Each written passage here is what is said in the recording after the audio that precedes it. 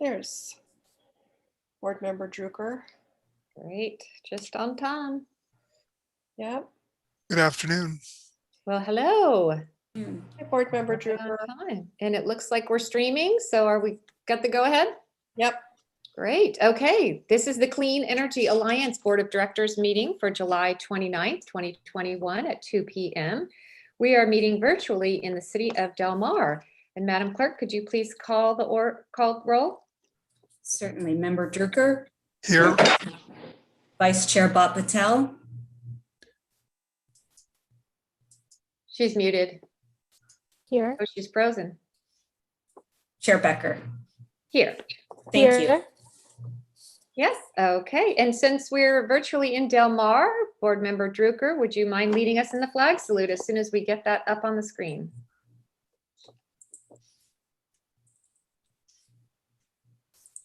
There we go. I pledge allegiance to the flag of the United States of America and to the republic for which it stands, one nation, Under God. indivisible, under God, with liberty and justice for all. Thank you very much. Board comments and announcements?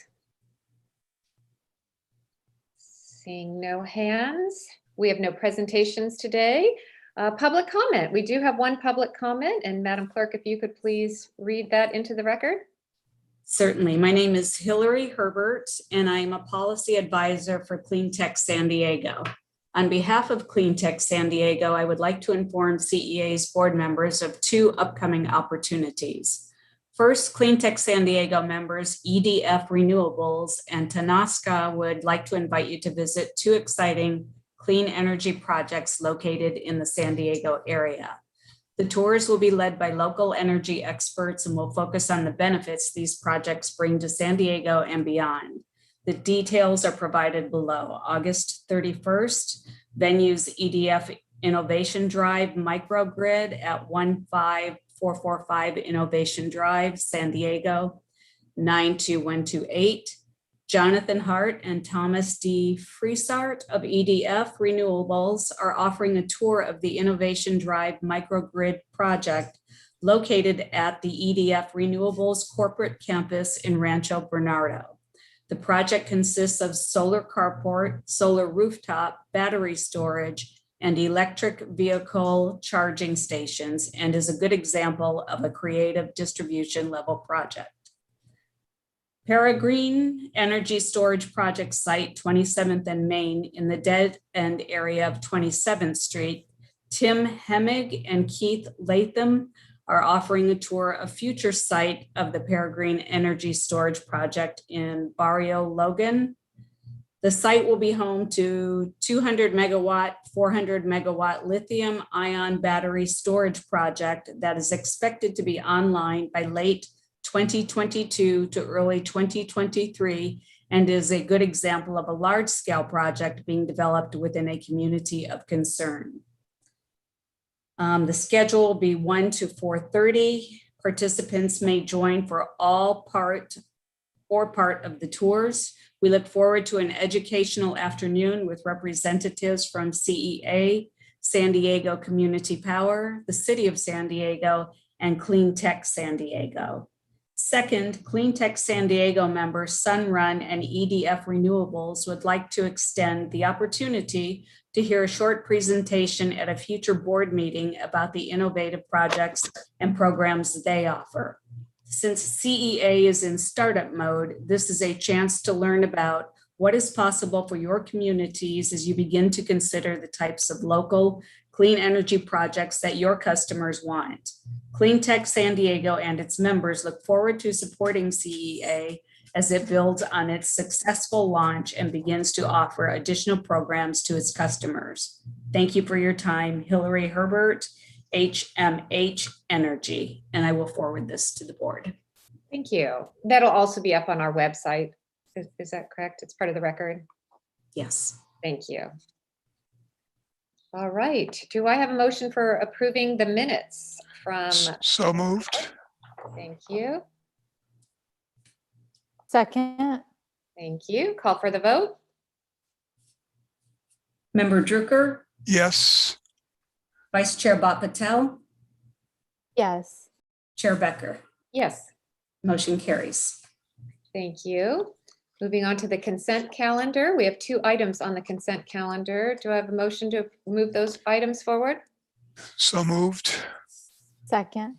Thank you. Call for the vote on the consent calendar. Member Drucker, Yes. Vice Chair Bob-Patel, Yes. Chair Becker. Yes, Motion carries. thank you. All right, on to new business item number 3, Clean Energy Alliance Interim Chief Executive Officer, Operational, Administrative, and Regulatory Affairs Update.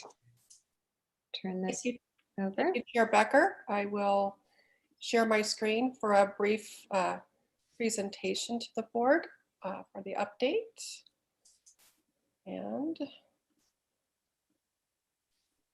And you know, while you're doing that, I'm sorry that I did not introduce Casey Strong. She is our alternate for Greg Stepanisic, and she will be handling item number 4. And I'm sorry that I did not introduce her earlier. Thank you, Chair Becker.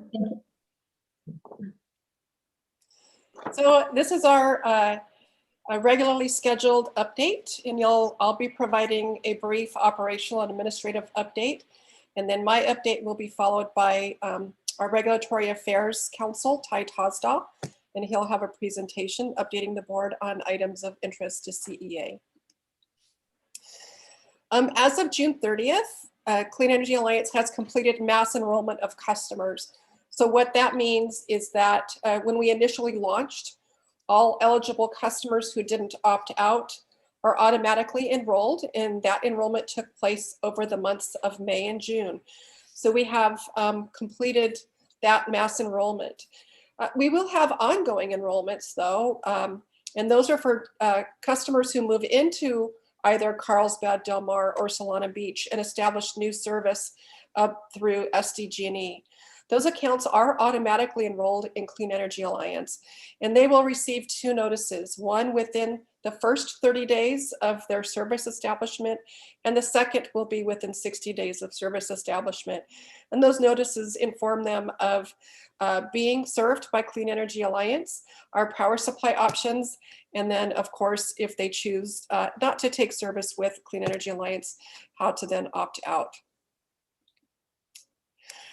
Our calls to call centers, in the month of June, we did see an increase in activity, and that was primarily related to our June enrollments, particularly our net energy metering customers who received a letter specific to their enrollment. They had questions about the service, and that then increased the calls. We anticipate then calls now dropping back off since mass enrollment has now completed. Our call times are pretty close to the same. It's just under 15 seconds to answer. And the call durations are right around 7 minutes or so. Our opt-out stats were at a 93% participation rate. Again, with our June enrollment, we did see a slight increase in the monthly number of opt-outs. And again, that's to be expected because of that's the second phase going through their enrollment. In terms of our green impact, 100% renewable opt-ups, we've had 133 customers opt up. That figure does not include the cities of Del Mar or Solana Beach municipal accounts. Those will be included in next month's statistics. We have had 76 customers opt down. You might recall that customers are automatically enrolled in our Clean Impact Plus, which is 75% carbon-free energy. But customers may opt down and save a little bit of money. And we've had 76 customers make that option. We've had some recent activity and inquiries with regards to joining Clean Energy Alliance. You may recall the County of San Diego Board of Supervisors is currently considering options, and one of those options is joining Clean Energy Alliance. They will have on their agenda August 31st the results of staff's review and analysis of the options that the board is considering. In terms of next steps, should the Board of Supervisors elect to join Clean Energy Alliance at their August 31st meeting, then the Clean Energy Alliance Board would approve the county joining, and then we would have before the CEA Board authorizing Pacific Energy Advisors, who are our technical consultants, to prepare the implementation plan amendment. As part of implementing or rolling out service to the county territory, we need to update our implementation plan to reflect the additional customers that are being served. And then that is to be adopted in December by the CEA Board and then filed with the CPUC by December 31st. And that would then set it up for the county CEA to begin serving customers in the county in calendar year 2023. The actual date or time period would be determined as part of the implementation plan amendment process. We've also had inquiries from the cities of Oceanside, and we're having ongoing discussions with Oceanside staff regarding Clean Energy Alliance. However, there's been no indication of anything timing-wise of going to the City Council of the City of Oceanside. We've also heard from the City of San Clemente, and we do have a meeting with the City of San Clemente on August the 16th regarding their interest potentially in joining Clean Energy Alliance. And although they are in Orange County, they are within SDG&E service territory, and as such, they would be eligible to join CEA per our Joint Powers Authority. And with that, I will stop sharing my screen and turn it over to Mr. Tosdahl for his report. Thank you, Ms. Boswell. Good afternoon, board members. I'm going to share my screen as well. If you just give me a moment. Thank you. Exciting news to hear about the other cities and county that may be joining the program. So that's always encouraging to hear. So I will have those items on my calendar certainly, and be looking forward to what the county ultimately decides to do, and look forward to future updates on the some other cities. So thank you for that. A few things to talk about today in terms of the regulatory landscape. There is going to be a overhaul of the resource adequacy framework that's just getting off the ground. So I want to talk a little bit about that. We'll talk about a customer bill debt decision as well, and then some developments coming out of SDG&E's GRC Phase 2. And then at the tail end, I just want to touch on a application for a hydrogen demonstration project that was filed with the commission by the investor-owned utilities. You may have all been hearing a lot about hydrogen, so I wanted to touch on that briefly. So with respect to resource adequacy, you will all remember that the resource adequacy rules are established to ensure that utilities and CCA programs and direct access providers meet that peak demand periods and have adequate supply to do so. We have been operating under a monthly RA requirements framework, where the commission looks at the maximum requirements each month and requires the load serving entities to energy providers to meet the maximum for that month. That program has, the RA program has needed to be adjusted frequently, and due to that and other issues, the commission has decided to overhaul the program. There were various proposals that have been floated. Cal CCA and Southern California Edison collaborated on a proposal that was based on a net energy requirement rather than a capacity requirement. And then PG&E had the other, I think, major proposal in contention. And their proposal slices the day up into different timeframes and seasons, and then sets the requirements on that basis. So in addition to sort of the counting, how the resources are set, excuse me, there are a number of other issues being addressed here.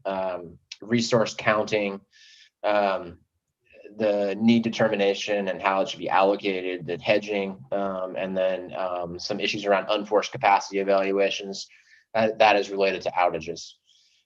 So this will be worked out through a series of workshops, and Cal CCA will be participating in these workshops. And so to the extent we want to provide input, our avenue will be to provide input to Cal CCA. The workshop report will be due February 2022, so next year, and this will be implemented for the 2024 compliance period. I do think, there are some encouraging signs here. While the commission did adopt PG&E's proposal, they left the door open for a lot of Cal CCA's proposals to be adopted. Nevertheless, some of the components of their proposal. And so that's encouraging. I think also reading through this decision, there's a lot of attention given to how to incorporate renewable and other research and demand side resources, which I personally, and I think a lot of other people would agree, need further attention in terms of incorporating them into the RI mix. So this is just a heads up that this is underway, and there will be more information coming out. And if there's no questions about this one, I'll move along, but happy to take any questions about this framework at this point. I don't see any All right. questions. All right, thank you, Chair Becker. Moving along, the commission, Public Utilities Commission, has a number of measures that were put in place over the past year or so related to customer ability to pay, debt issues, and disconnections. And there have been a number of different programs that have been adopted. There are a couple more under consideration. One of these is the customer bill debt plan. This is specifically related to COVID. And so there was an emergency measure that was passed by the commission at the beginning of COVID, freezing disconnections and requiring payment plans. This decision that recently came out solidifies some of those measures.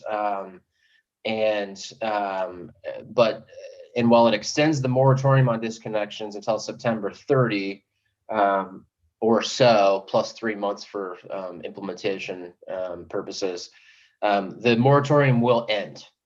And so one of the things we need to be looking out for here is whether there's going to be a large number of disconnections, which could potentially, obviously, leave people without access to power, and also leave the program with reduced revenue from those bills.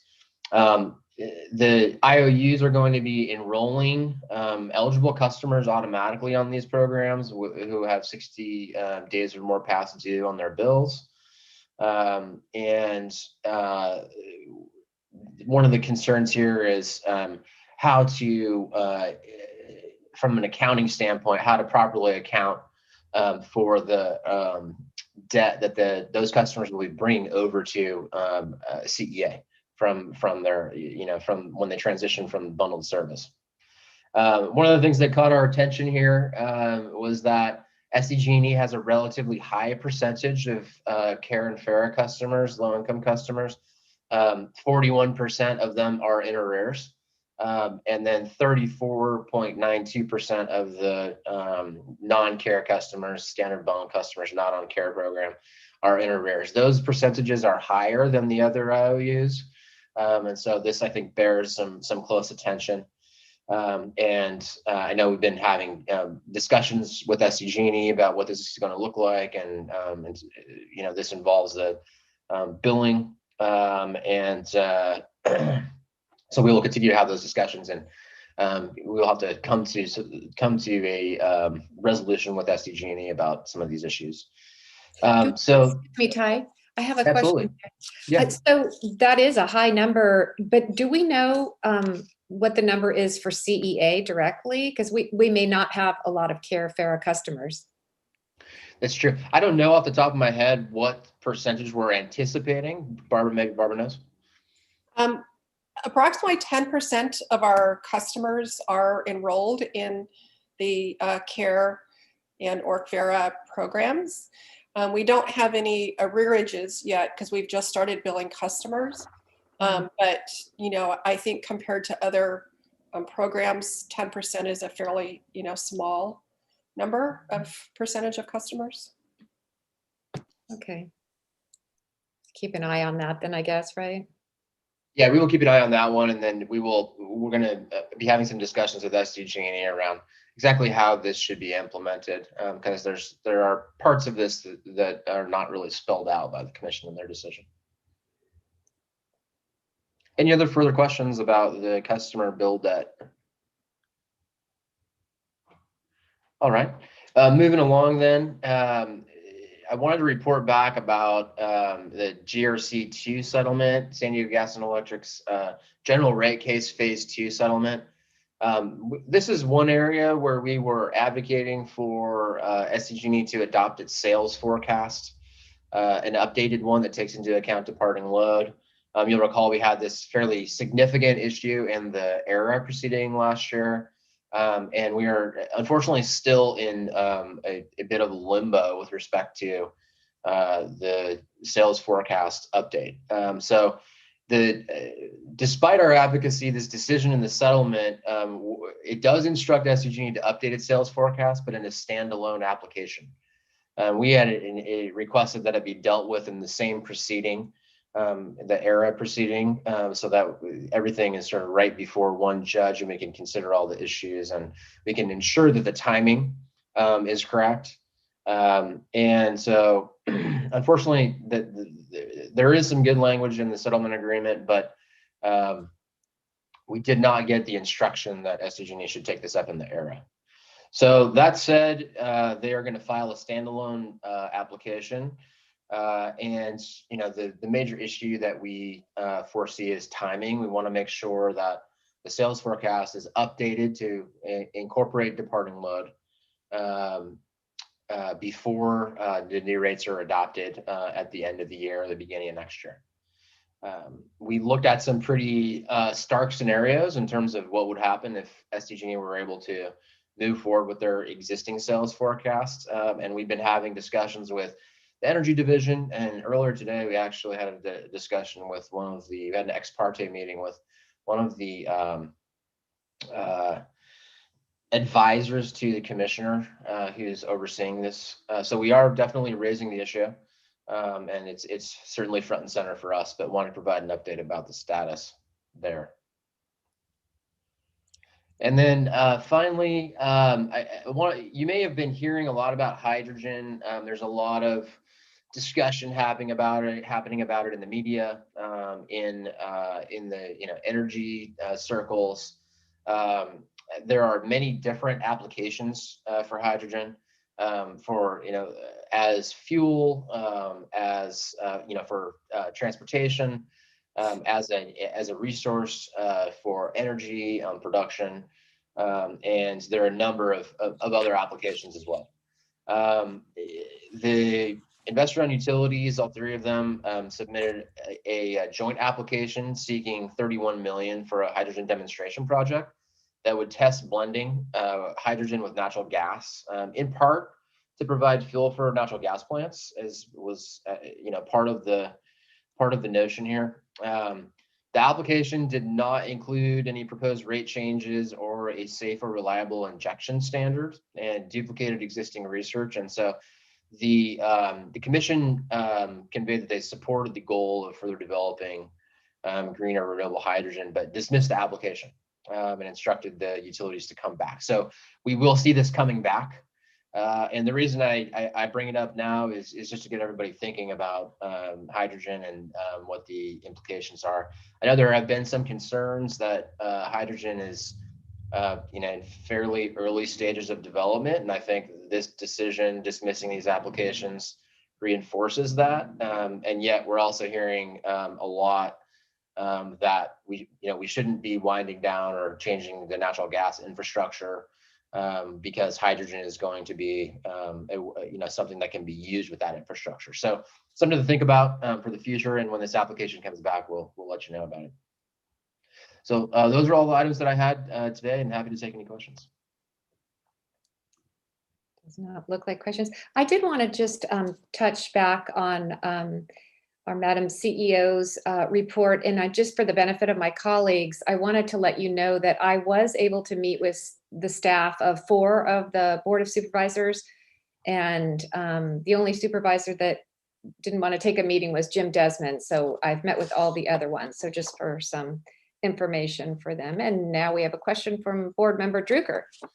Yes, Barbara, do Vista, San Marcos, and Escondido understand that they need to make a decision by end of August to start a CEA program by 2024? Well, the end of August timing is really if they were to desire to join Clean Energy Yeah. Alliance. Right. And that's to, allow us time to do the work that we need to do to meet the December 31st deadline. Of course, if an agency were to make the decision in early September, we would do everything we could to be flexible and accommodate that and still meet the deadline. But our preferred timing would be to have those decisions by the end of August. What I'm wondering again, though, is do they understand that? Have they been told that, for them to join either us or San Diego, that they would need to make a decision by August? Otherwise, it's going to have, any way they go is going to have to be after 2024 or some, are they aware of that? I'll reach out to staff and make sure that they are. Great. Yeah, and I do have a call into Cody Peterson at Tara Lawson Reamer's office to also chat about it with their staff. Very good. Okay. And yeah, if we have to, we could meet with those guys too. Escondido and San Marcos, if they're willing to, that would be great. So if they'd like to set up a meeting. Okay, so I think, thank you so much for those reports. It's really good to hear all that information. And I think there's no motion on this item, so we can move on to item number 4. And we will turn this over to our attorney for this item. All right, good afternoon, members of the board, and thank you, Chair, for the introduction. I'm Casey Strong, and it's a pleasure to be with you this afternoon and filling in for Greg. I don't have a presentation on this item because it's relatively straightforward. It's an amendment to the Clean Energy Alliance JPA agreement regarding the appointment of the chair and the vice chair. As you know, the JPA agreement currently provides that the board will appoint a chair and vice chair to serve on a fiscal year basis. And the proposed amendment would change the timing of these appointments to correspond to the calendar year so that it lines up with the city council terms. So amending the JPA process or JPA agreement is a multi-step process. And I'll just go through those steps quickly here. So before the board votes to— Ms. Strong, can I stop for a moment? I Of think course. we're having some technical difficulties for Board Vice Chair Bhat Patel, so I just want to make sure that she's able to hear your presentation. Are you hearing us, Vice Chair? I can hear bits and pieces. I might try to dial in so that way at least I can hear the presentation. I can't see anything. So yeah, we'll wait for you to. I'll go ahead and try dialing in. Okay, great. Perfect, and I'll back up just a little Thank bit.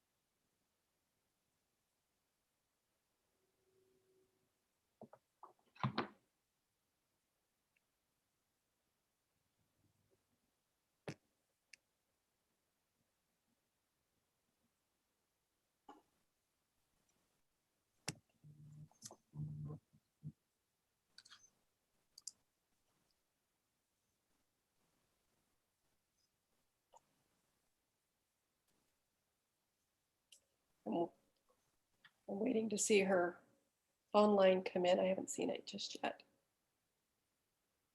There it is. Okay, can you hear us now? Yes. Okay, great. Okay, thank you, Ms. Strong. Perfect. And I think my video may be moving a little slowly, so apologies if I freeze at any point. So just to back up a little bit, this item is an amendment to the Clean Energy Alliance JPA agreement about the appointment of the chair and the vice chair, and specifically the timing of those appointments. So the JPA agreement currently provides that the board will appoint the chair and the vice chair to serve on a fiscal year basis. So that's in June. The proposed amendment, which is included in your agenda packet, would change the timing of these appointments so that they correspond to the calendar year. And this would bring the appointments into alignment with city council terms. Amending the JPA agreement is a multi-step process. Before the board votes to approve an amendment, each of the member agencies need to be provided at least 30 days notice in advance and a copy of the proposed amendment. And then after that notice has been provided, at least 2/3 of the board, 2/3 of the directors of the entire board must vote in favor of the amendment. So these are some special voting rules and procedural requirements that are set out in the JPA agreement itself. And then once an amendment has been adopted by the board, a copy of the resolution and amendment will be provided to the member agencies. So this afternoon is the first step to kick off that process. If the board gives direction to bring back the proposed amendment to the board for approval, notice will be provided to the city managers of each of the members. And then a resolution to formally approve the JPA amendment will be brought back to you on September 30th. So again, this is just the first step, but I'm happy to answer any questions you might have about the amendment or about the process. Thank you very much for that.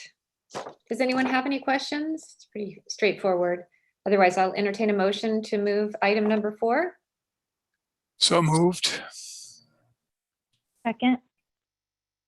Great, call for the vote. Member Drucker, Yes.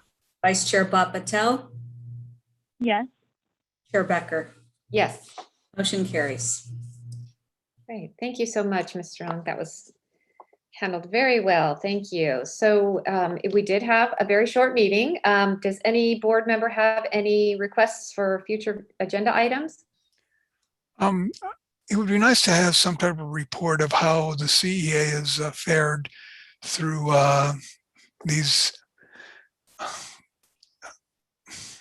through the iOS having to call for people to shut power off, etc. So just would like to have some type of comment on that, maybe at the next your next report, Barbara. That sounds good. And we might be moving that August 26th meeting. Was that correct? Or I guess you were saying we would have to have a special meeting should the county decide that they would like to join us. We would have to have a special board meeting after the 31st of August. Is that right? So That would be my recommendation. Otherwise, we're waiting until September 30th to take the Okay. action to approve the addition and to move forward with the contract amendment for Pacific Energy Advisors. So my recommendation would be that as soon as we know the outcome of the county's decision, that we then would look at scheduling a special meeting, likely that following week, which would be the week of August the 2nd. The week of September 6th. okay. Okay, so as it is today, our next board meeting will be August 26, 2021 at 2 p.m. hosted virtually by the city of Solana Beach. All right, everyone, we are adjourned. Have a great day, rest of your day. Thanks, everybody. Thank you very much.